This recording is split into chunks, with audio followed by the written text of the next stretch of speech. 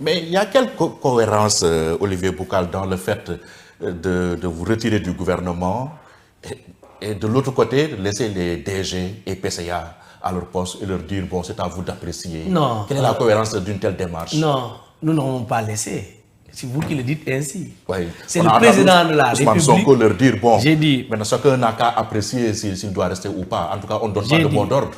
Non, je vous expliquerai ce qu'il a dit et comment et pourquoi il a dit. Mais je vous dis, c'est le président de la République qui nomme aux emplois civils et militaires.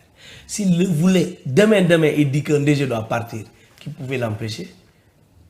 Personne ne peut l'empêcher. Peut-être que c'est lui qui a un problème pour les remplacer, s'il estime. Il a sa coalition. Ouais, avec des compétences. Avec des compétences, certainement. Peut-être que ce sont des compétences avérées qu'il ne trouvait pas mieux. Peut-être, je ne sais pas, mais je le dis. Peut-être qu'il ne trouve pas mieux.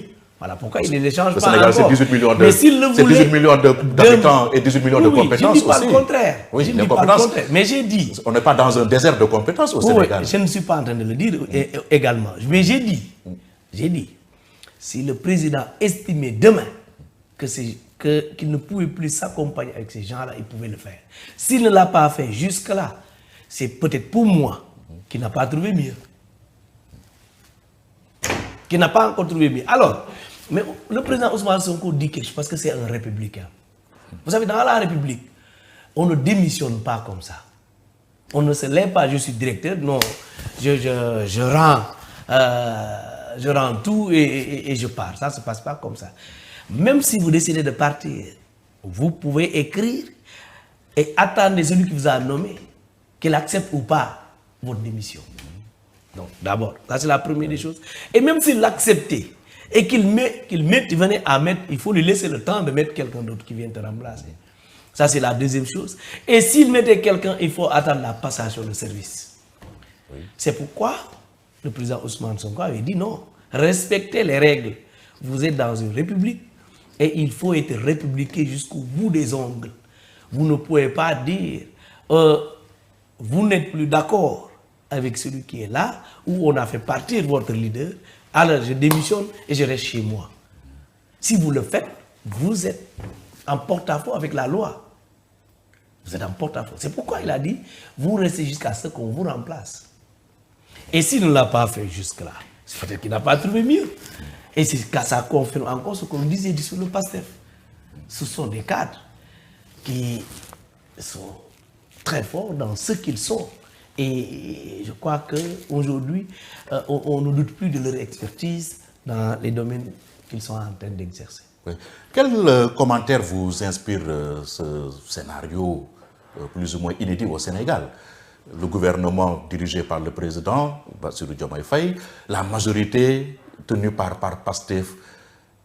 Voilà. Quelle analyse vous inspire ce contexte, pour certains, un peu lourd quand même de danger? Pour moi, non, il n'y a aucun danger.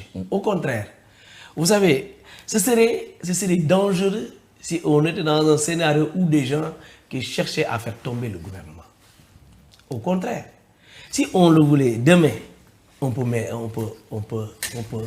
une motion de censure. On peut voter une motion de censure. Le président a aussi l'arme de la dissolution. Pas fait, ça veut dire qu'ils n'ont aucune intention de faire mal. C'est-à-dire que ici, c'est un gouvernement, je vous dis, nous sommes, si on nous qualifiait d'opposition, on aurait dit une opposition lucide et responsable, qui ne cherche nullement à faire du mal à qui que ce soit, ou à s'opposer pour s'opposer, ou chercher le pouvoir pour le pouvoir. On n'est pas dans ça. Non, c'est exactement le contraire. Mais la deuxième lecture que moi j'ai de cette histoire, c'est que nous venons d'assister à une chose qui est devenue exaltante. Et qui renseigne de plusieurs choses au Sénégal. C'est que l'Assemblée a un pouvoir énorme. Mais nous avions toujours eu des majorités tellement mécaniques qu'on n'a jamais vu cela. Qui était à la solde du président de la République. Qui regardait ou qui voyait vert quand le président voit vert. qui voient rouge quand le président voit rouge. Donc, Ce qui fait qu'on n'a jamais expérimenté tous les pouvoirs et les leviers. Enfin, ce fameux cordon ombilical entre l'exécutif et le législatif est coupé. Mais pourquoi on a toujours réclamé la séparation des pouvoirs? Mais il faut que chaque pouvoir exerce pleinement ses prérogatives. Et aujourd'hui, nous sommes dans un scénario où l'exécutif peut exercer pleinement ses prérogatives sans être inquiété par le législatif, parce que nous ne sommes pas dans ça, mais actuellement que le législatif exerce pleinement aussi ses prérogatives. Le judiciaire exerce pleinement ses prérogatives. Et aujourd'hui, au Sénégal, on peut bien dire, voilà, pour une première fois, les pouvoirs sont bien séparés. Oui, mais est-ce qu'on n'assiste pas à un début de crise?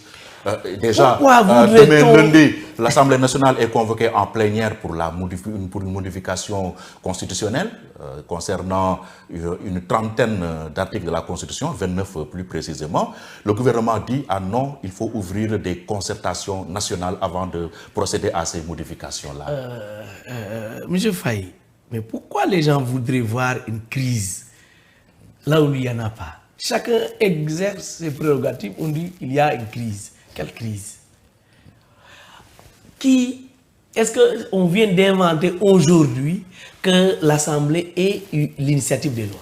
Est-ce que c'est quelque chose de nouveau? Mais pour une réforme aussi substantielle de notre Constitution, quand même, il faut des concertations à défaut d'un référendum. Non, attendez, j'ai dit, Pierre, quand quelque chose est peut-être nouveau, voilà, c'est nouveau pour les Sénégalais.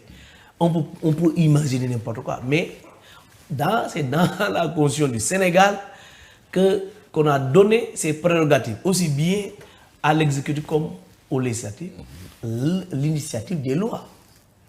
Alors, en quoi ça ne pose pas un problème quand l'exécutif introduit des lois à l'Assemblée nationale?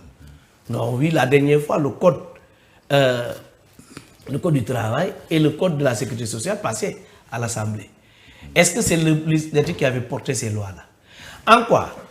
Maintenant, le législatif qui porte une modification, une révision ou porte une loi et que ça pose un problème, on parle de crise, les deux ont le pouvoir d'initiative des lois.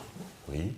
Alors, mais moi, je ne vois aucun problème que les gens laissent chacun exercer pleinement ses prérogatives. Maintenant, vous ne pouvez pas avoir la majorité. Vous avez obtenu 54% des Sénégalais qui ont fait confiance en vous et vous ont porté à ce niveau-là. Vous ont donné à ce député pour pouvoir apporter des changements qu'il faut. Aujourd'hui, les gens sont en train d'apporter les changements. On dit, mais vous nous avez confié un travail, nous sommes en train de l'exercer. On parle de crise. Quelle Donc crise? vous dites une majorité doit servir à quelque chose. Donc que voulez-vous qu'elle soit là à croiser les bras et regarder? Cette majorité-là va voter les lois, va proposer des lois, chaque fois que de besoin, va contrôler l'action du gouvernement. Peut-être que demain, on va aller contrôler l'action du gouvernement, on va dire encore crise. Pourquoi crise? Alors que c'est nous-mêmes qui avons inscrit cela. Nous avons demandé au législatif de pouvoir contrôler l'action du gouvernement. Demain, on va aller contrôler l'action du gouvernement, on dira encore qu'il y a crise. Quelle crise? Mais quand même pour modifier une Pourquoi trentaine